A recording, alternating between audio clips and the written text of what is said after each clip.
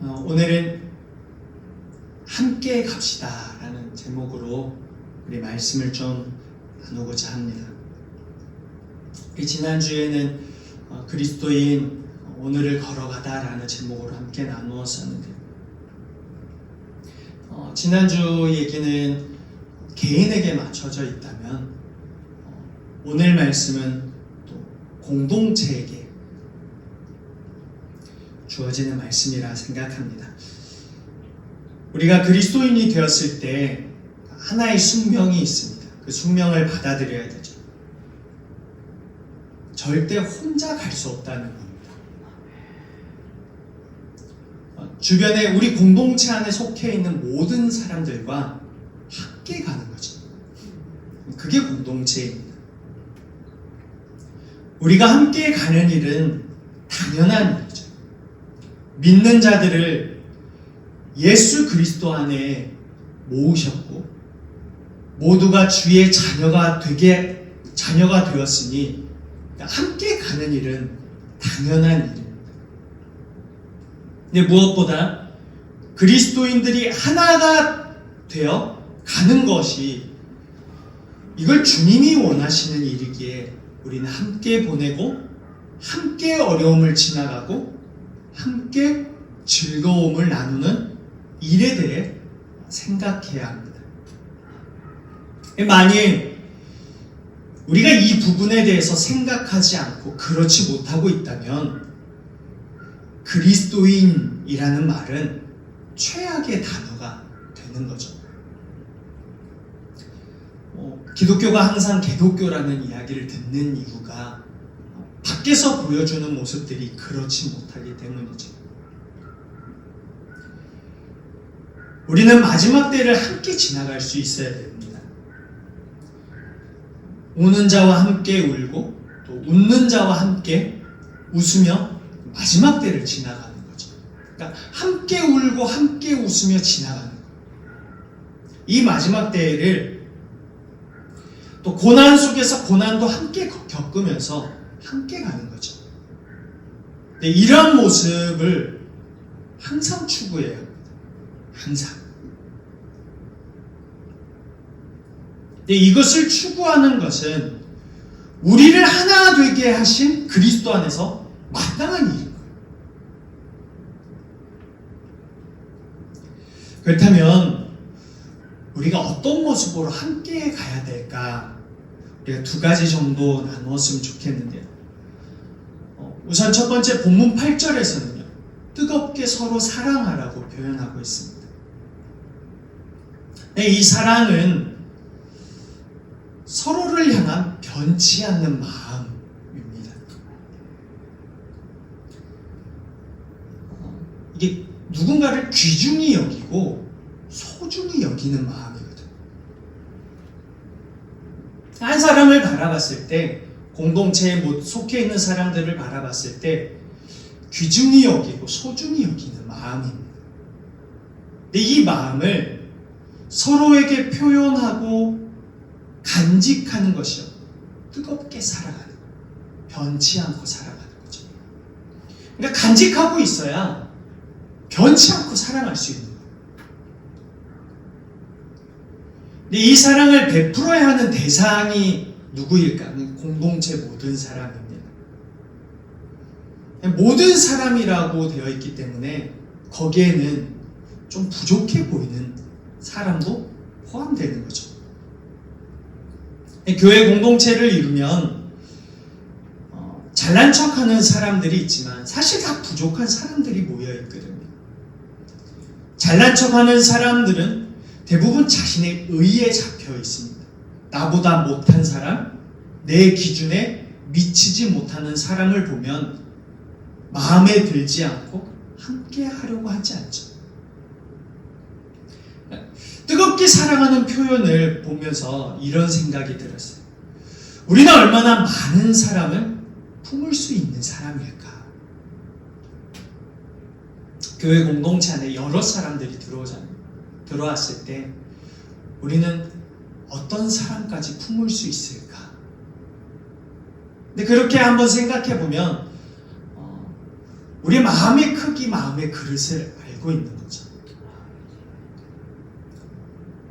뜨겁게 사랑하라고 했는데 나는 어떤 부류의 사람까지 품을 수 있는 사람일까?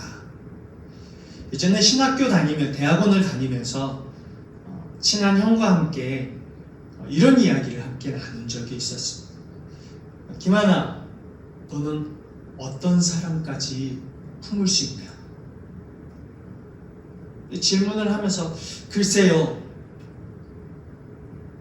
어디까지인지 대답할 수가 없었어요. 누군가를 겪어보면서도 그랬고 이 마음의 크기가 그리 넓지 않다는 걸 알고 있기 때문이죠. 스스로에게 질문을 던져보면요, 우리 마음에 사랑의 한계가 보이는 거죠. 시간이 지나면서 귀중히 여기고 소중히 여기는 이런 부분에요, 한계가 드러나는 거예요.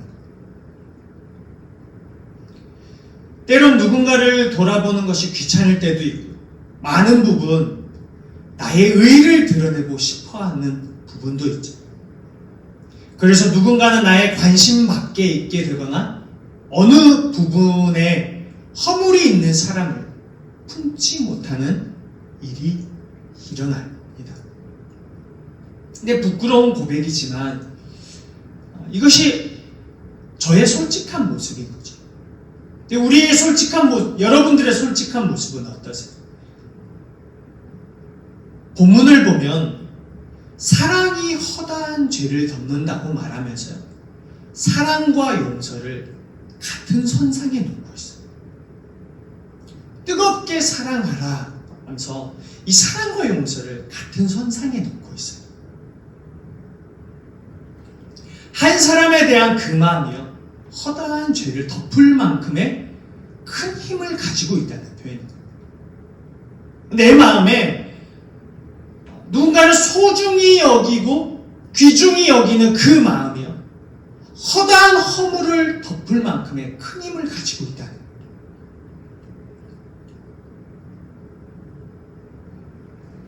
여러분, 죄를 덮을 수 있는 힘이 어디에 있을까? 다른 사람의 허물을 덮을 수 있는 힘은 어디에 있을까? 그 힘은 귀중히 여기고 소중히 여기는 그 마음의 크기에 있습니다. 이게 오늘 본문 속에서 말해주고 있는 거죠. 우리는 함께 가야 되는데 귀중히 여기고 소중히 여긴 그 마음의 크기에서 시작되는 거예요. 그 사랑이 허다한 허물을 덮을 만큼 크면은 함께 갖게 되는 거죠. 우리는 사랑에 대한 이야기를 자주 하지만 사랑이 필요로 하는 값을 지불하려고 하지 않습니다. 사랑은 언제나 다른 이를 귀중히 여기는 변치 않는 이 마음의 값을 요구하는 거죠. 그러니까 말로 사랑하는 게 아닌 거예요. 하나님 사랑합니다. 하나님, 내가 저 사람을 사랑하겠습니다. 아니, 사랑합니다. 때로는 사랑하겠습니다. 결단했을 때는 그 마음의 값을 요구해요. 근데 이것을 우리에게 보여주신 분이 예수 그리스도시죠. 죄를 덮는다는 말은 죄를 가볍게 여긴다는 뜻이 아닙니다. 허물이 있는 자를 품는다는 말이에요. 그러니까 사랑의 무게로 그 사람을 귀중하고 너무나 소중하게 보는 그 마음으로 허물이 있는 자를 붙드는 거예요. 붙들어서 그리스도의 사랑 앞에 머물게 하는 거죠. 그리스도께서 허물 많은 우리를 그 사랑의 무게로 붙드신 것을 본받아 허물이 있는 자들을 사랑으로 붙드는 거예요.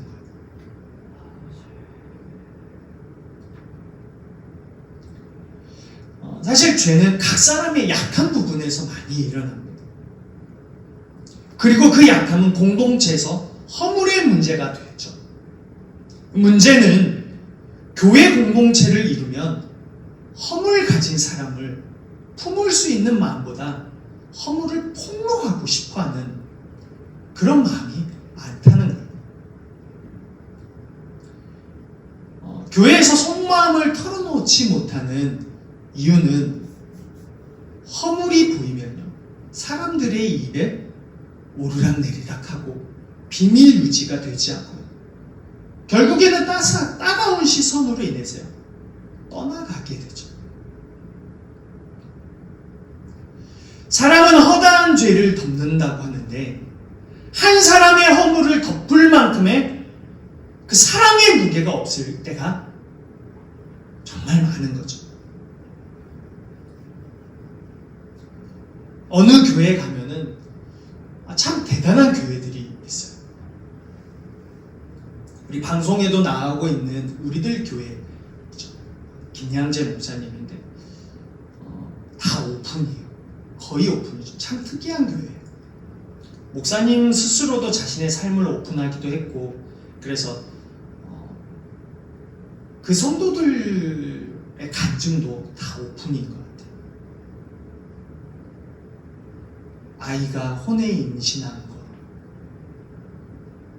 낙태를 해야 되니 많이, 이런 이야기까지 다 고민되어지는 것까지 다 오픈합니다.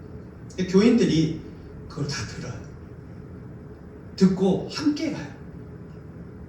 물론 모두가 다 품고 그러진 않겠죠. 그 와중에는 그러지 못하는 사람들도 많을 겁니다. 근데 모든 교회가 모든 그 일들을 할 수 있으면 얼마나 좋을까 하는 생각을 해보게 됩니다. 사실 한국교회 안에는, 또 우리들 안에는 허물이 보이면 폭로하고 싶은 거예요. 폭로하고 싶지, 큰 사랑, 변치 않는 사랑을 가지고 그 사랑의 무게로 한 사람을 덮을 수 있는 일들이 참 적은 거예요. 허다한 죄를 덮을 수 있는 사랑의 힘이 있는 공동체는요, 그 어떤 공동체보다 강하고 건강한 공동체이지 않을까 생각하게 됩니다. 허물을 덮을 수 있는 사랑은 결국 한 사람을 아끼고 소중히 여기는 마음에서 비롯되기에 그렇습니다. 그리고 그런 공동체는 한 사람의 허물을 안타까워하는, 그리고 힘든 시간을 보내고 있는 자를 위해 타들어가는 마음으로 기도할 수 있지 않을까 생각하게 됩니다.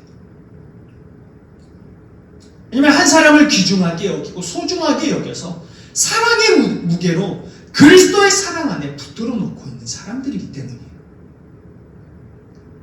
그러니까 안타까운 거죠.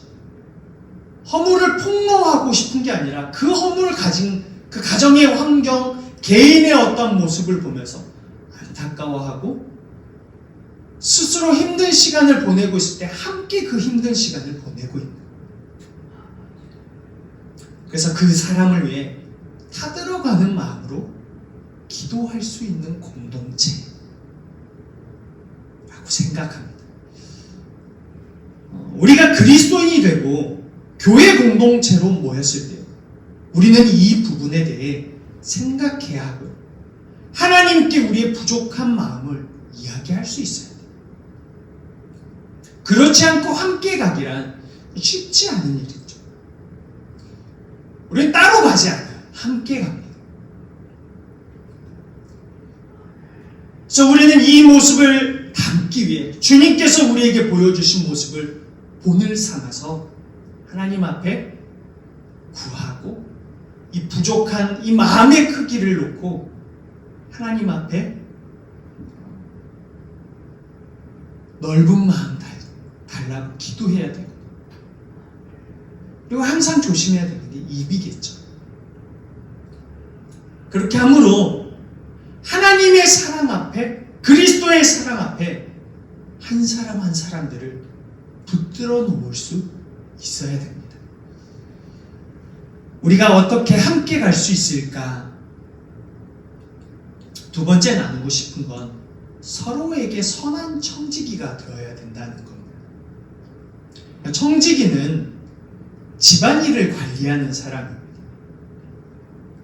주인의 것을 주인의 뜻에 따라 사용하는 사람, 주인이 원하는 자리에, 주인이 원하는 곳에 주인의 뜻에 따라 사용하는 사람이 선한 청지기입니다. 서로에게 선한 청지기가 되어야 되죠. 그렇게 되려면 우선 하나님이 내게 주신 것이 무엇인지 명확히 해야 됩니다. 하나님이 내게 주신 거죠. 하나님이 내게 주셨기 때문에 하나님 거예요. 그래야 어디까지 하나님이 주셨는지를 알고 그분의 뜻에 맞게 사용하려는 마음을 가지게 되죠. 어디까지가 하나님의 것인지 구분하는 그 경계가 사람들마다 달라요.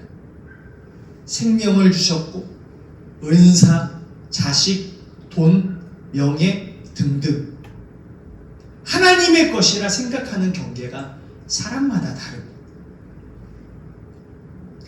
이 경계는 하나님이 내게 무엇을 주셨을까에 대한 인식이 강한 사람일수록 그 범위가 넓어지죠. 그래서 넓은 사람은 모든 걸 하나님이 주셨다고 생각합니다. 또 우리 모두는 그렇게 생각할 수 있어요. 근데 그 경계가 좁든 넓든 중요한 부분이 있습니다. 중요한 것은 그것을 주인의 것으로 여기고 그 주인의 뜻에 맞게 사용해야 한다는 거예요. 그게 청지기인 거죠. 10절을 보면은 각각 은사를 받은 대로라고 표현해서 알 수 있는 것들, 받은 것을 주인의 의도와 뜻에 맞게 사용해야 한다는 점입니다. 은사는 여러 가지입니다. 그리고 그 은사 중에 크고 작음이 없죠. 모두가 하나님이 주시는 선물입니다. 어떤 능력을 행하는 것을 더 크게 보는 경향이 있지만 능력을 행함과 섬김의 은사에 높고 낮음이 없습니다. 모두가 하나님의 것이고 하나님이 내게 하나님의 뜻에 맞게 사용하라고 주셨다는 점이 중요한 거예요. 사실 이게 포인트예요. 선한 청지기에게. 그래서 하나님이 주신 것을 주셨기 때문에 서로에게 하나님이 주신 것을 뜻에 맞게 사용하는 거죠. 선한 청지기는 자신의 뜻대로 무언가를 사용하는 사람이 아니에요. 우리가 모든 것이 주님의 것이라고 고백을 하거든요. 그런데 그 고백과 함께 따라와야 하는 삶이 있어야 되는 거죠. 이게 삶이 없을 때가 참 많습니다. 하나님의 것이라고 고백했다면 그 고백 속에 나의 소유가 들어가 있다면 하나님을 위해 사용하는 삶이 따라와야 되죠. 은사와 소유에 있어서 모두 하나님을 위해 사용하는 삶이 따라와야 됩니다. 우리가 가진 소유와 은사를 하나님을 위해 사용하지 못하는 이유는요, 우리의 것, 내 것이라는 생각하는 경우가 첫 번째 이유입니다. 그리고 다른 이유는 나를 드러내고 싶어하는 마음 때문입니다. 우리의 것이라고 생각하는 것들은 보통 자녀, 돈, 그런 것과 같이 집착과 소유욕이 강한 것들에서 나타납니다. 그리고 나를 드러내고 싶어하는 경우는 영적인 은사에서 많이 나타나죠. 그러다 보니 모두 내 것인 거예요. 나를 위해 사용하려고 하고 하나님을 위해 사용하려고 하지 않게 되는 거죠. 여러분, 우리가 마지막 때를 함께 걸어가야 하는데 서로에게 선한 청지기가 되어 걸어가야 됩니다. 그러기 위해서는 하나님의 것에 대한 명확한 생각과 그 뒤를 따르는 삶이 있어야 되죠. 말씀을 준비하면서 서로에게 선한 청지기가 된다면 어떤 일이 일어날까에 대해서 생각해 보게 됐습니다. 그러면서 기억에 나는 한 가정이 있었습니다. 우리 가족 모두가 알고 있는 가정입니다. 대학원을 다닐 때부터 지금까지 교제하고 있는 한 가정입니다. 대학원을 다닐 때 참 어려웠어요. 근데 그때 그 어려운 시기 때 늘 찾아와서 자기 것을 나누고 베풀어 주던 모습이 아직까지도 생생하게 기억이 납니다. 지금은 원주에서 사역하고 있습니다. 그때는 사실 본인들이 연애하기도 바쁠 시기였거든요. 둘이 만나면 되는데 꼭 둘이 찾아와서 어디 가자고, 같이 밥 먹자고, 어찌나 챙기던지 참 고마운 한 쌍이었습니다. 둘 다 마음이 참 따뜻했어요. 지금도 그 따뜻함에는 변함이 없습니다. 자기 시간과 자기의 물질을 남을 위해 사용하는 그 모습을 보면서 우리가 서로에게 선한 청지기가 된다는 것이 무엇인지 한번 생각해 보게 된 거죠. 자기 것을 자신을 위해 사용하지 않고 남을 위해 사용하는 일, 이것이 하나님이 주신 마음이고 이것이 하나님이 기뻐하시는 일이라 생각하며 행하는 것, 그것이 선한 청지기이지 않을까. 우리의 은사도 그렇고 우리의 소유도 그렇고 우리의 어떠한 부분에 있어서도 서로에게 선한 청지기가 된다는 건 그런 모습이지 않을까 생각하게 됩니다. 본문 9절을 보면 서로에게 대접하기를 원망 없이 하라고 합니다. 근데 초대교회 당시에는 숙박시설이 거의 없었다고 합니다. 근데 있더라도 너무 빈약했다고 합니다. 근데 당시 상황이 그리스도인들이 핍박을 받아야 했던 상황이죠. 핍박을 당했기 때문에 재정적으로도 어려운 거죠. 재정적으로 어려우니까 숙박시설을 이용할 수도 없었고 숙박시설이 잘 갖춰지지도 않았고 그래서 집에 들어가게 되는 거죠. 집에 들어가서 가다 보면 뜬금없이 찾아온 손님에게 대접을 해야 되는 상황이 벌어지는 거예요. 그렇죠? 그 사람도 가난하고 나도 가난하고 서로 핍박 속에 있었으니까 대접을 하기 위해서 뭐가 들어가죠? 돈이 들어가요. 이런 상황이 여러 번 반복되거나 대접하는 기간이 또한 길어지게 되면 어떤 마음이 들죠? 빨리 갔으면 좋겠다.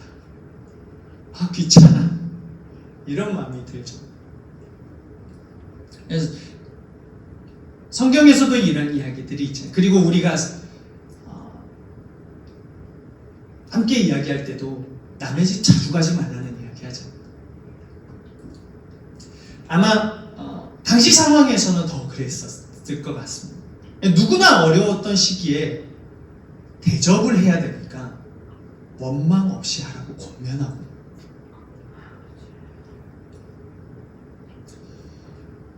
구절을 보면서 선한 청지기에 대한 부분을 적용시켜 보게 된 거죠. 물질은 나의 소유이지만 그것을 하나님의 것으로 인정하며 산다는 건 전혀 다른 삶으로 보입니다. 나는 하나님의 청지기이니 하나님의 것을 하나님을 위해 사용하는 삶이죠. 물질이라는 부분을 이야기했지만 사실 다른 부분을 적용하여도 같은 모습이 나타나게 되는 거죠. 가만히 생각해 보면 세월이 좀 지나고 신앙의 연수가 길어졌을 때 하나님이 주신 것을 하나님이 원하시는 일을 위해 잘 사용하지 못하고 있구나라는 생각이 듭니다. 하나님을 위해 사용해야 하는 은사와 소유를 나의 소유와 나의 자랑거리로 삼을 때가 참 많구나라는 생각을 하게 됩니다. 여러분, 우리는 함께 갈 수 있어야 됩니다. 그것이 주님이 우리를 하나의 공동체로 불러 모으셨기 때문에 마땅히 해야 되는 일이에요. 그런데 그냥 함께 갈 수 있는 게 아니에요. 소중하고 귀하게 여기는 그 마음이 필요하고요. 그 마음이 변치 않아야 돼요. 근데 그 사랑의 무게로 허물 있는 사람을 그리스도의 사랑 앞에 붙들어 놓을 수 있어야 되는 거죠. 그래야 함께 갈 수 있어요. 그리고 서로에게 선한 청지기가 되어야 돼요. 내 것이 아니라 하나님의 것으로 인정하고 하나님의 영광을 위해서라면 뭐든지 좋습니다. 괜찮습니다. 라고 여기면서 걸어가야 되는 거죠. 우리가 이러한 공동체를 생각하고 또 함께 꿈꿀 수 있어야 돼요. 근데 생각하면서 살아가야 되지 생각하지 않고 꿈꾸지 않으면요 아무것도 이루어질 수가 없어요. 나의 부족함도 생각하고 이러한 공동체를 하나님이 원하시고 있고 이 부족한 마음에 하나님의 사랑으로 가득 채워져서 누군가를 그리스도의 사랑 앞에 붙들어 놓을 수 있는 그 공동체가 필요하다는 걸 생각해요.